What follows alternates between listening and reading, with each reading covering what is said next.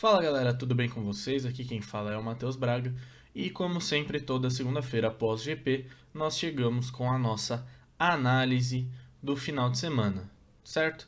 Então antes de mais nada, se inscreva no canal, deixe o seu like e recomende esse vídeo, passe esse vídeo para o seu amigo que gosta, que curte a Fórmula 1, beleza?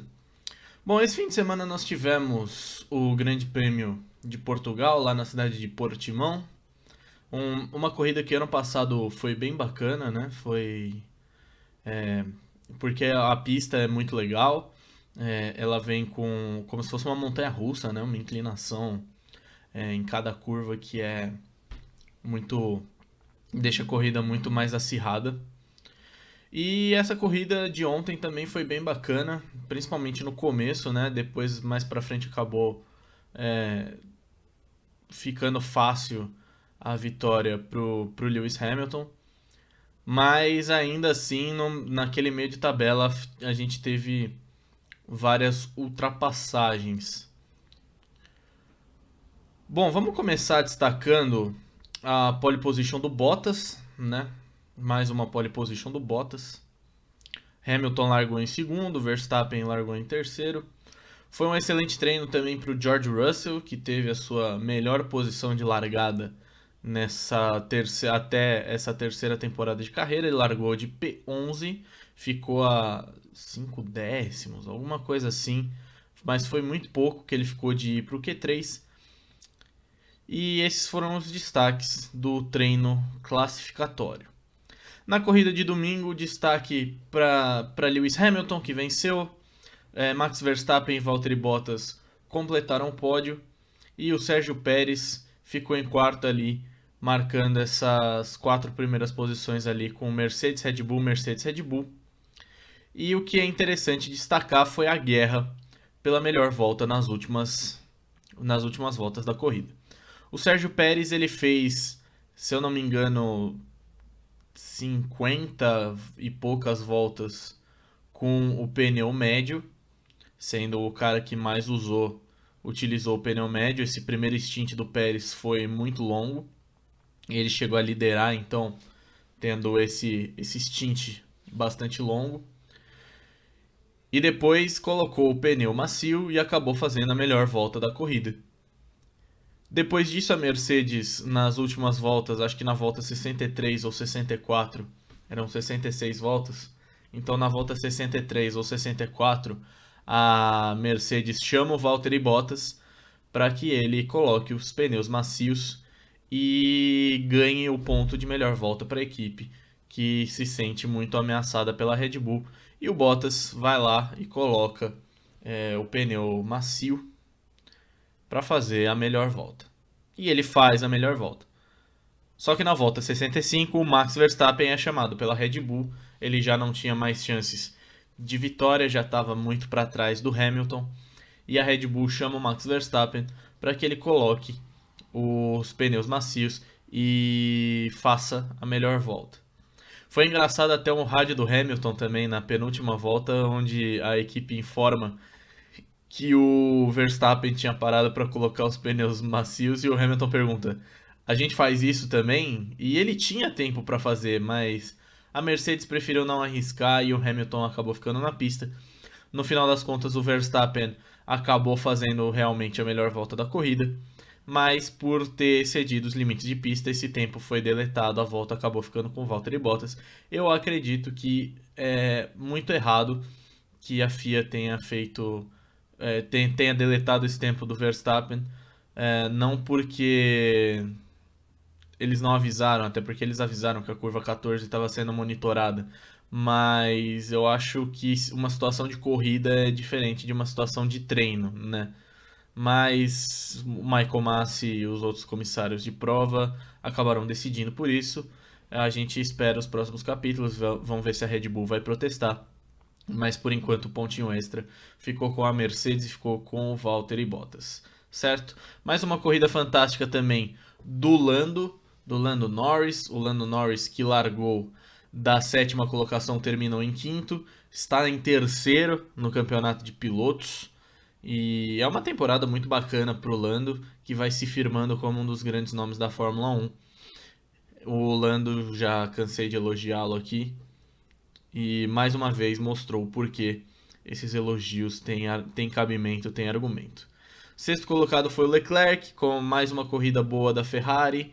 Estratégia boa para ele, não tanto para o Carlos Sainz, que terminou em 11º.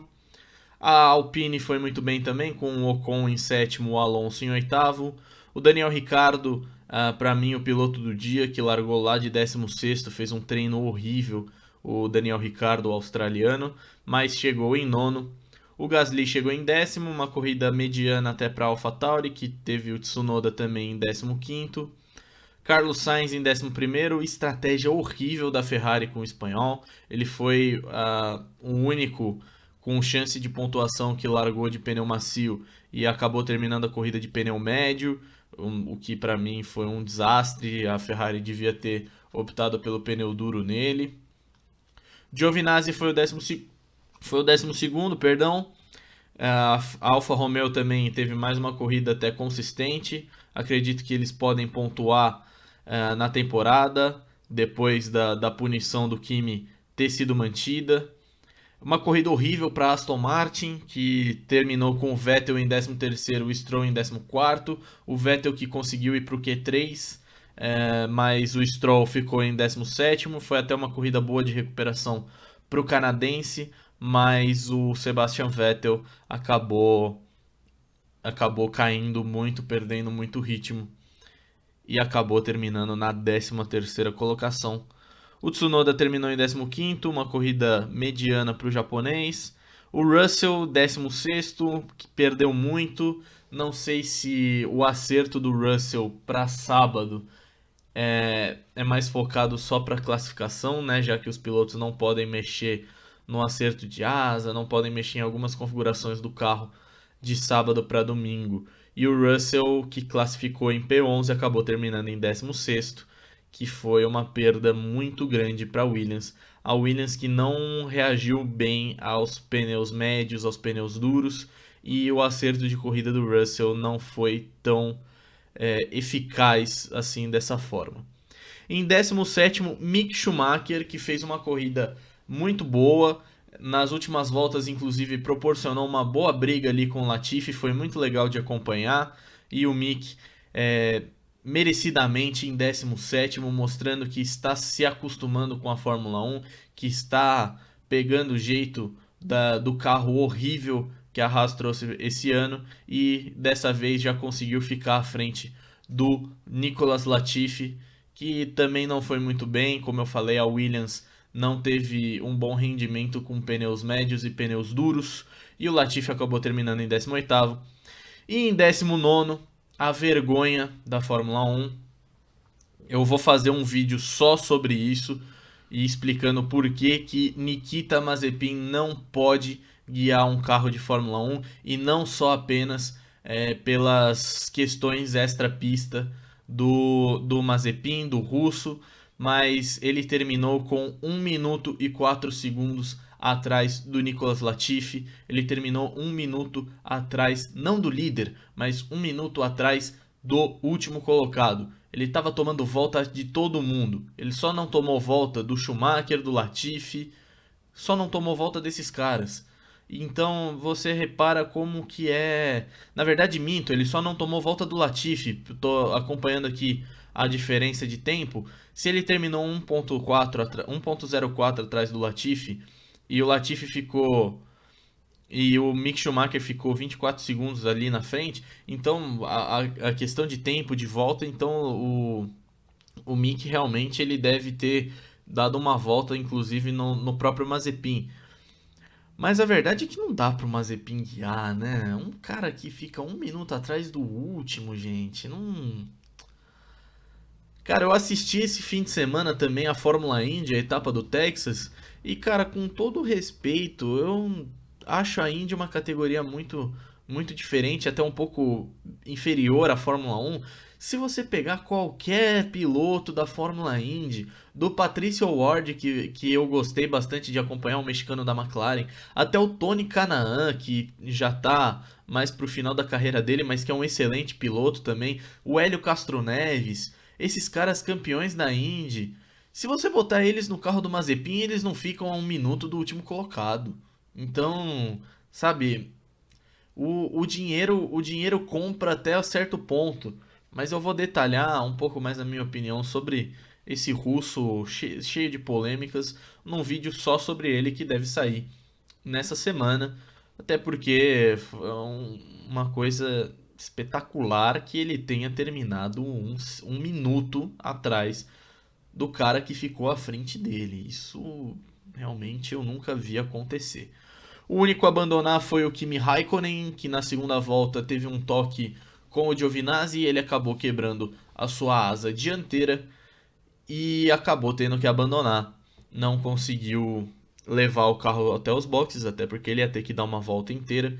Então ele não conseguiu terminar essa segunda volta, levar o carro até os boxes e teve que abandonar. Ele foi o único abandono. Com isso tudo dito, Hamilton lidera o campeonato mundial, Verstappen é o segundo e Lando Norris é o terceiro. E a gente se prepara para essa semana ter a corrida de Barcelona, o GP da Espanha, que não é tão legal assim. O único ano que eu me lembro que foi bacana foi lá em 2016, quando o Hamilton e o Rosberg acabaram se tirando da prova. Foi a primeira vitória do Verstappen, inclusive, na primeira corrida dele na Red Bull, né, ele que subiu da Toro Rosso. E esse fim de semana também nós vamos ter a estreia da Fórmula 3 lá em Barcelona. Então, na sexta-feira, já me comprometendo com vocês, assim como eu lancei um guia básico da Fórmula 2, eu vou lançar também um guia básico da Fórmula 3. Ele vai ser um pouco mais curtinho porque as categorias de base da Fórmula 1 têm muitas semelhanças, mas explicar um pouquinho para vocês a história, o piloto brasileiro que está no grid desse ano e alguns destaques para que a gente possa acompanhar também. Então esse fim de semana, Grande Prêmio da Espanha de Fórmula 3 e de Fórmula 1, vamos ficar ligados, vamos ver o que vai acontecer. E outra coisa, o Mazepin ele tomou uma punição de 5 segundos e 1 ponto na carteira na superlicença dele, porque ele ignorou bandeiras azuis e prejudicou o Sérgio Pérez enquanto o Pérez estava na liderança da prova. Então ele acabou tomando essa punição.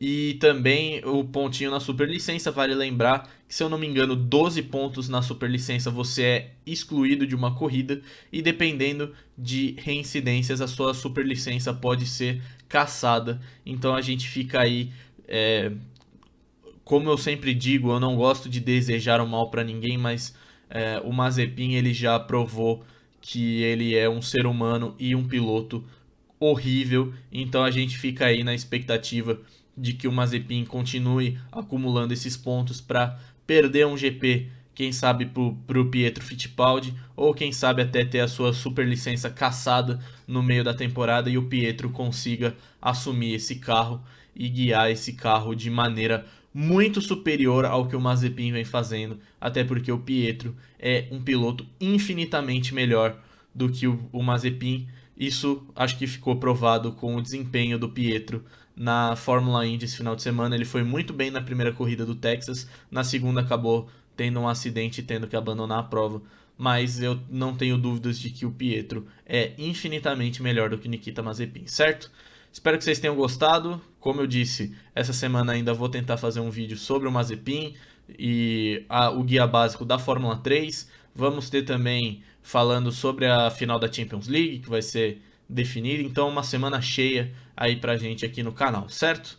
Muito obrigado por você ter acompanhado até agora. Deixe seu like, se inscreva no canal e envie esse vídeo para aquele seu amigo que gosta da Fórmula 1, que gostou do GP de Portimão. E a gente se encontra numa próxima, tá certo? Muito obrigado e a gente se vê.